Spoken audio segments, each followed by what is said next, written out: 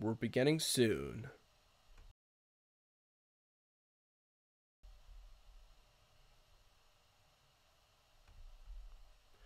Hello, I'm Chase Carrington, and welcome to the Chase Carrington Show. Up next, we have some conversation. I have a little monologue about the new Christian generation, because I realized if you put in a Google search for new Christian generation, almost all of the articles are negative. I don't think that's good, but stay tuned to learn more about my thoughts. And then I also have some praise report as well as a chase the current about something that just happened in my life, and it pertains to failure. Failure. And then lastly, or actually firstly, first we have Fast Thoughts, and I am trying something new with this Fast Thoughts. I was thinking Fast Thoughts should be by nature fast. So I decided to set up a timer on my other screen and then time myself to make sure each thought I articulate is exactly 1 minute. So hopefully this will get intense. Right now, you are watching or listening to the Chase Carrington Show.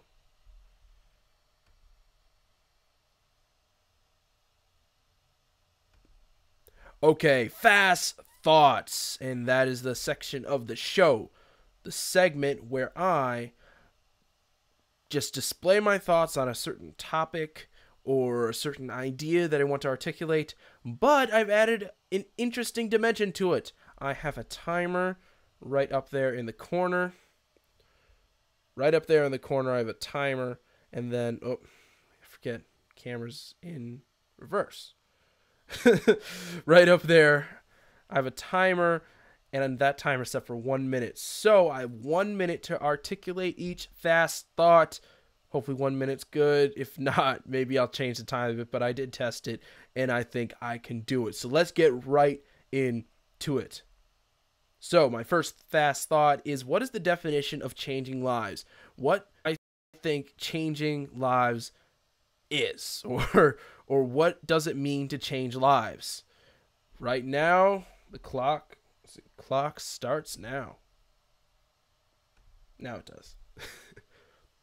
Okay, changing lives.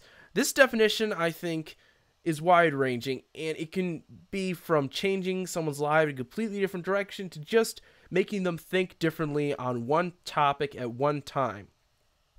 And changing lives can mean anything from entertaining them, showing whoever you are, who your viewers, your listeners, entertaining them, making them feel good with your content. Also, another way to change lives is to educate them and to tell them about a topic they otherwise wouldn't know about.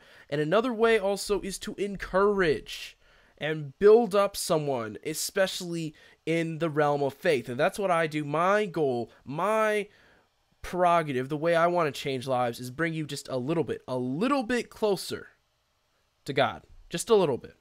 And I really, really hope that happens. Whether you're Christian, whether you're not, I hope I bring you closer.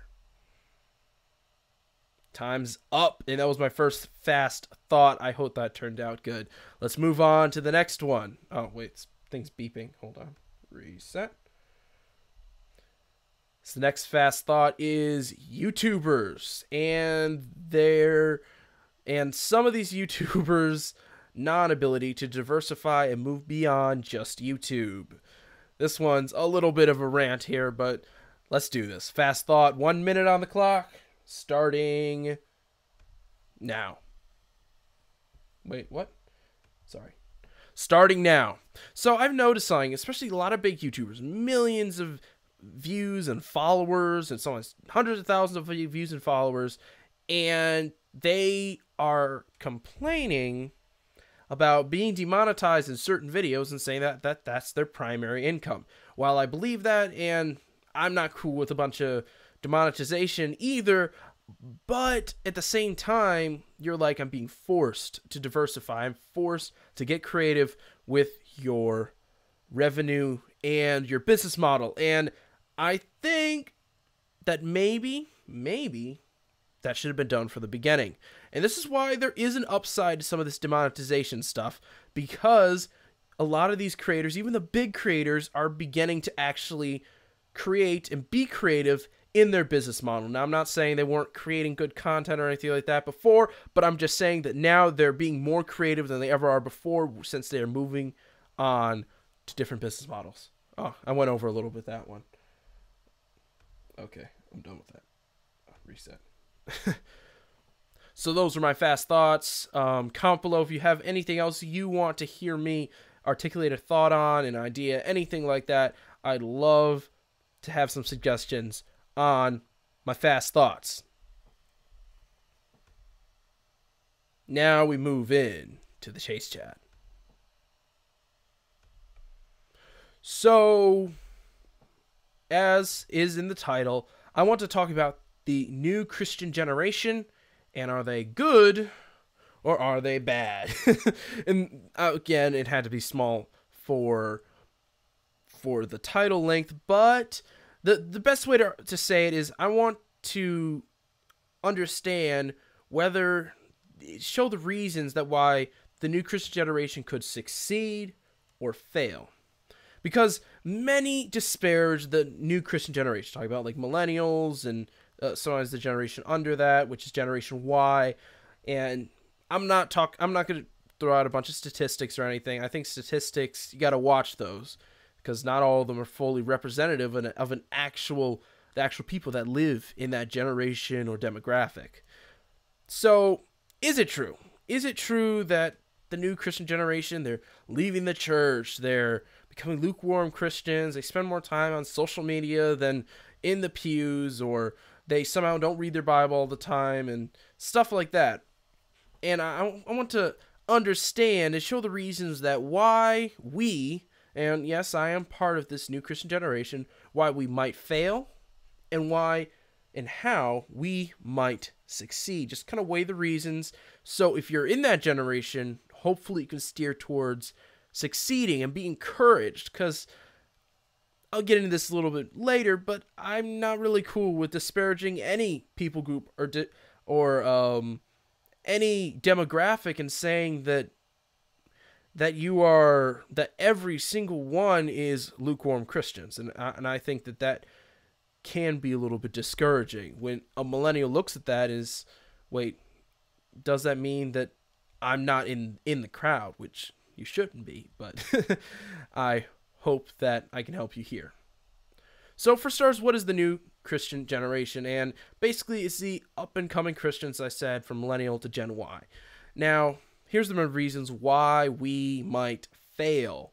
These reasons are why in this age we live in, and why new generation, especially American Christians, might fail in being strong in their faith and ministers of the gospel.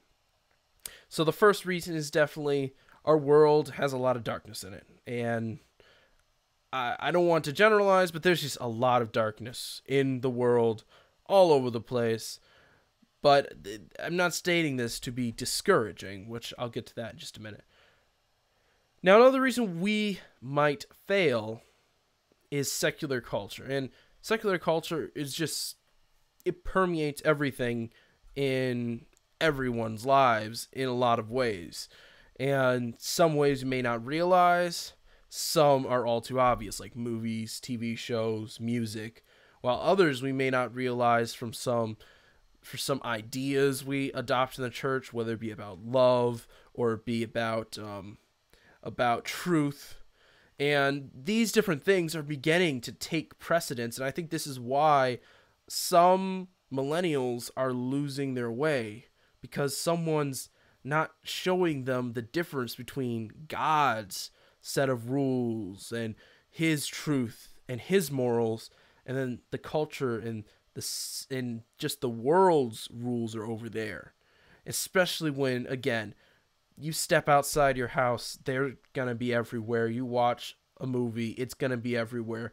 And I think that is the main reason that we might succumb to the world and not be good ministers of the faith or grow in our own.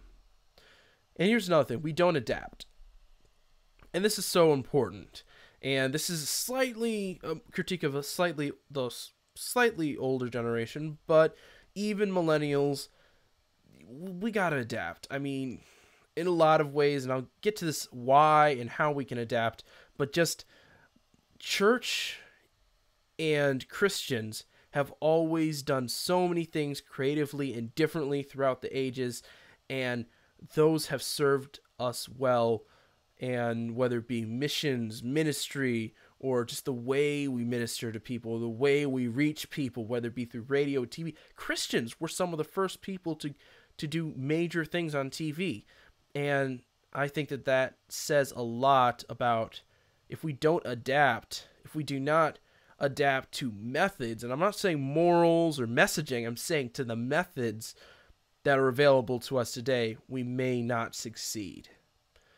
Now, here are the reasons that I think we can and will succeed, at least some of us.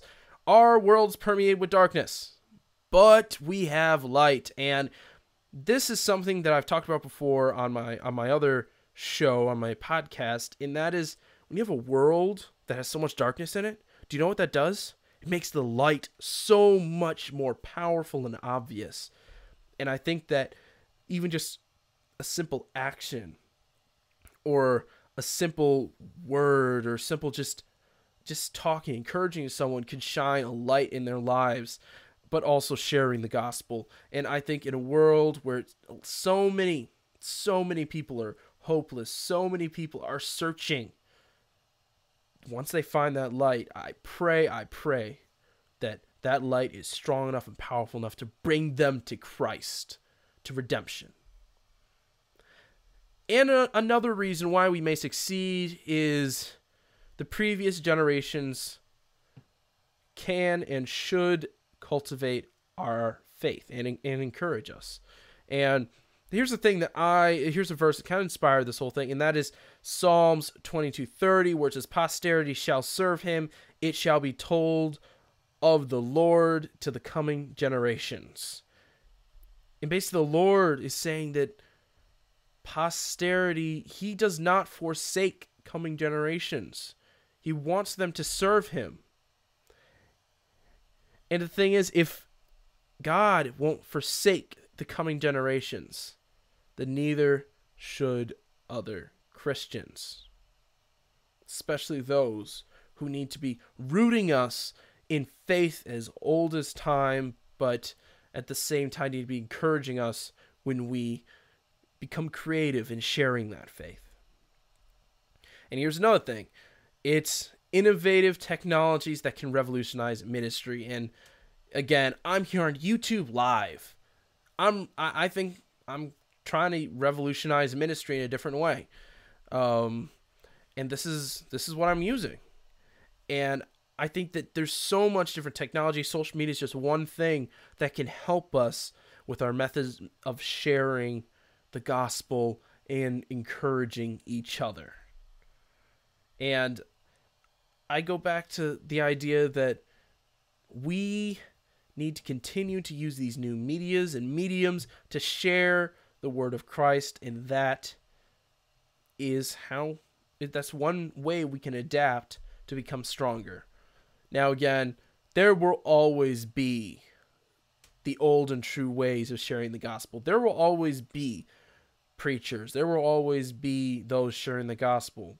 But I'm saying that some of us who feel called to doing something else, something new that could have a huge impact in a completely different realm, we should go for that. If that's what the Lord is calling us to, we should, and I think that's how we will make an impact. In the end, my little analysis, it comes down to you and me. I doubt that a whole Christian generation will fail or succeed as a whole. I mean, there will be some that will definitely leave the faith. There will be some who stay strong, encourage others, and become powerful proclaimers of God's gospel, of Jesus' gospel. It all comes down to what each person does in their life, in their faith, for their faith. I, for one, am a part of this new Christian generation, and I want to make a change. That's why this channel's here. I want to encourage others in this new Christian generation, using your creativity, using your tools that God has given you, your talents and your tech, all of it, so you can make a difference and change lives, even just a little bit. Just one viewer watches a few seconds, and you encourage them a little bit. I say it's all worth it. I'm Chase Carrington, and that was my Chase Chat.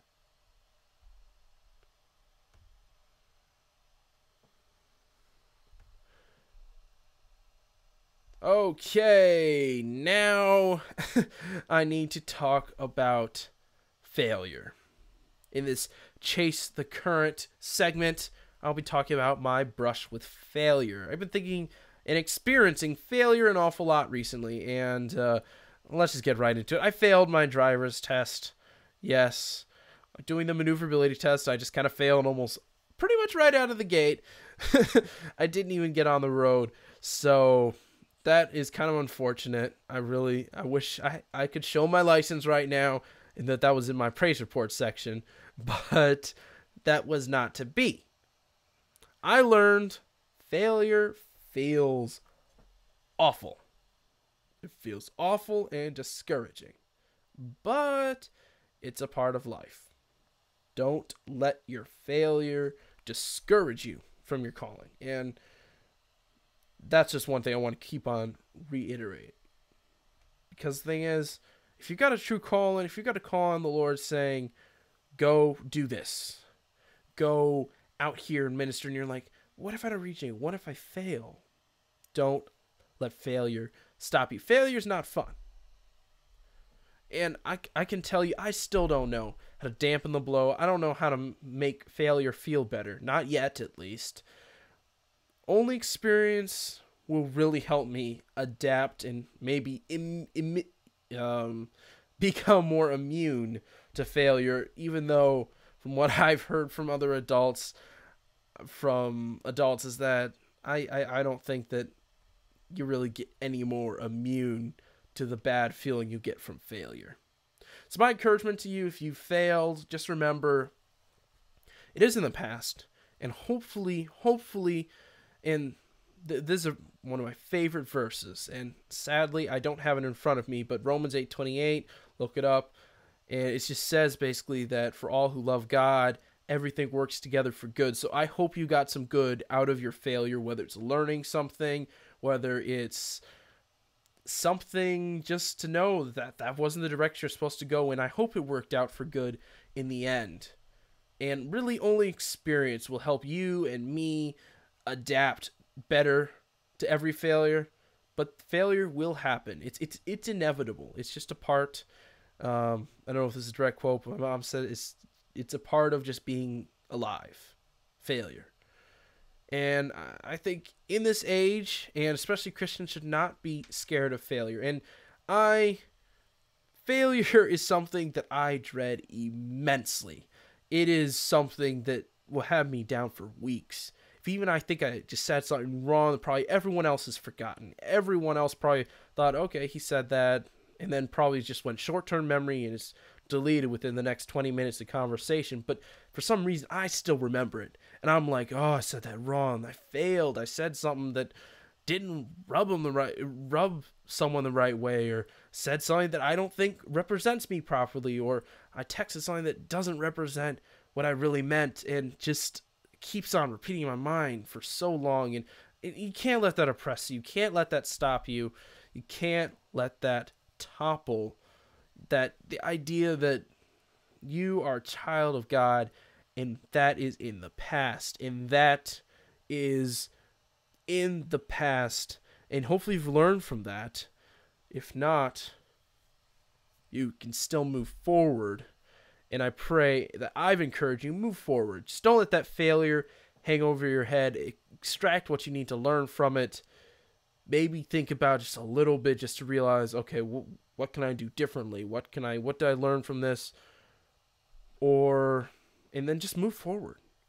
Move forward. I mean, it's still hard for me. I mean, there's still stuff that I failed at years ago that just come back to mind. I'm like, I can't believe I failed at that. That was terrible. Why'd I have to fail at that? It just repeats in my head, and I just pray, Lord, come on, take this away from me. I don't want to think about this failure anymore. I want to think about my success.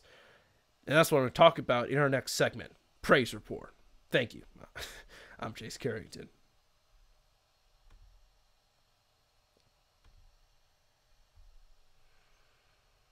Praise Report. This is a part that just gets me happy. I love to leave out on this note this segment that I thought was necessary to add to my YouTube show, and that is a Praise Report segment. This is the segment where I report on some praise in something I think good that's happening in the greater world, in my life, or one of my commenters. If you have something that you have to praise about, please put in the comments or the chat, and I will definitely mention you on the next show. So, for starters, I have 78 subscribers now on YouTube. I had like 50 a few weeks ago when I started this, and I've learned this. When you're doing social media, celebrate every milestone. Every milestone. It just gets encouraging, because sometimes when you don't celebrate every milestone, I think it's important. The small milestones are as important as the big ones. So 76, I think, is really cool. If you're watching this, you haven't subscribed, I'd appreciate it if you could get me up to 100. So definitely press the subscribe button, but you don't need to click away the video for it, I hope. So that is my first major praise report. Seems to be doing very well, and just overall, the YouTube channel seems to be off to a pretty good start. I can't wait to, who knows, a year in, and I'm like, wow, I was there one time. And then I said, I just had 76 subscribers. So I'm confident. If Lord's guiding me in this direction, I hope I do get somewhere.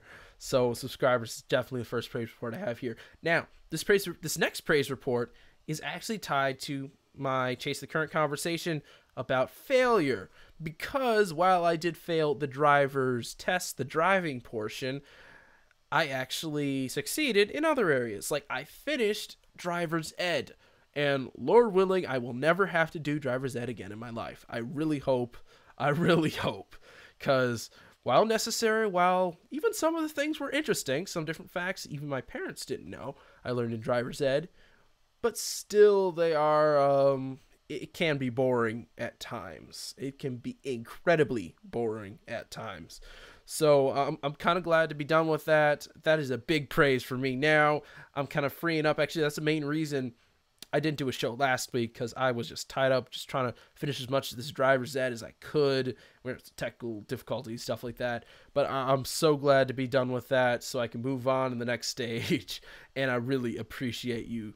I really appreciate you celebrating this praise report for me. Again, if you have a praise or a suggestion for praise, whether it's in your own life or it is a praise report for the greater world, please enter it in the comments, in the chat section.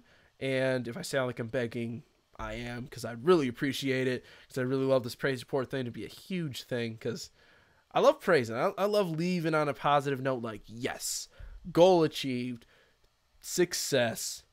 Leave the show on that high note. Speaking of that, leaving the show, it is time to wrap up the Chase Carrington Show. I'm Chase Carrington. Thank you so much. Please subscribe. Please check out some of my other videos. By the way, quick note, I actually do tutorials on this channel as well. Something that I actually haven't talked about on the Christian side of things. I'm thinking about maybe doing some more, like Chase's Tutorial Tuesday. If you'd like some suggestions for tutorials, because I love to do stuff that also the Christian audience, the Christian creator audience, can also benefit from on a technical side of things. So these different tutorials can help. I have a few other tutorials. Check out my playlist. I do want to make some more, whether YouTube related, pretty much anywhere that's creative or interesting. I'd love to do some tutorials there. So be sure to, if you have a suggestion for tutorials, leave that in the comments below. Let's see if I have anything else. I don't think so. God bless. Have a good rest of your week. Also, have a good weekend. I'm Chase Carrington. Victory! Sorry, that means victory for me. Bye.